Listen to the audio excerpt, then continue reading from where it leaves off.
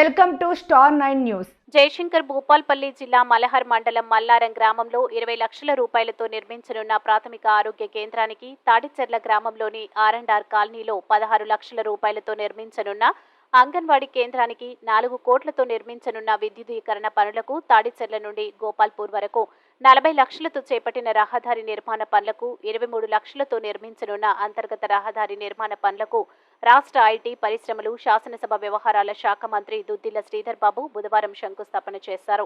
ఈ సందర్భంగా శ్రీధర్ బాబు మాట్లాడుతూ మారుమూల ప్రాంతాల్లో ప్రజలకు మెరుగైన వైద్య సేవలు అందించేందుకు తమ ప్రభుత్వం కృషి చేస్తున్నట్లు ఆయన చెప్పారు. ప్రభుత్వం అధికారంలోకి రాగానే 5 లక్షల రూపాయల ఆరోగ్యశ్రీ పథకాన్ని 10 లక్షల రూపాయలకు పెంచి కార్పొరేట్ వైద్య సేవలు అందిస్తున్నట్లు పేర్కొన్నారు.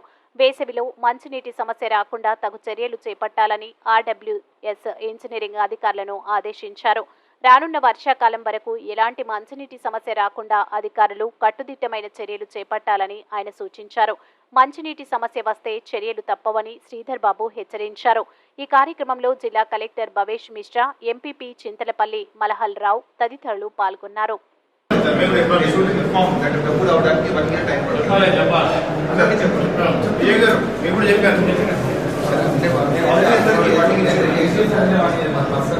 మినిమం బడ్జెట్ టైం పడుతుంది. దానికంటే కొంచెం ఎవరు కూడా ఆఫీస్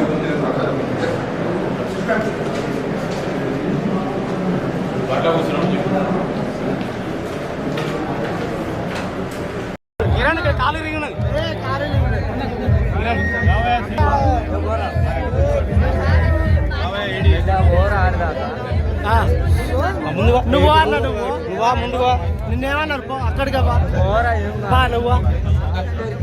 నువ్వా రాగా కొలిసా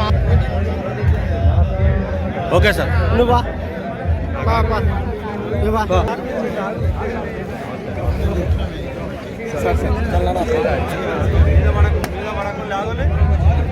సార్ సార్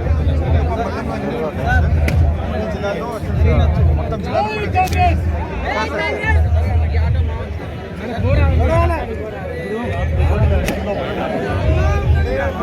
దెబ్బకు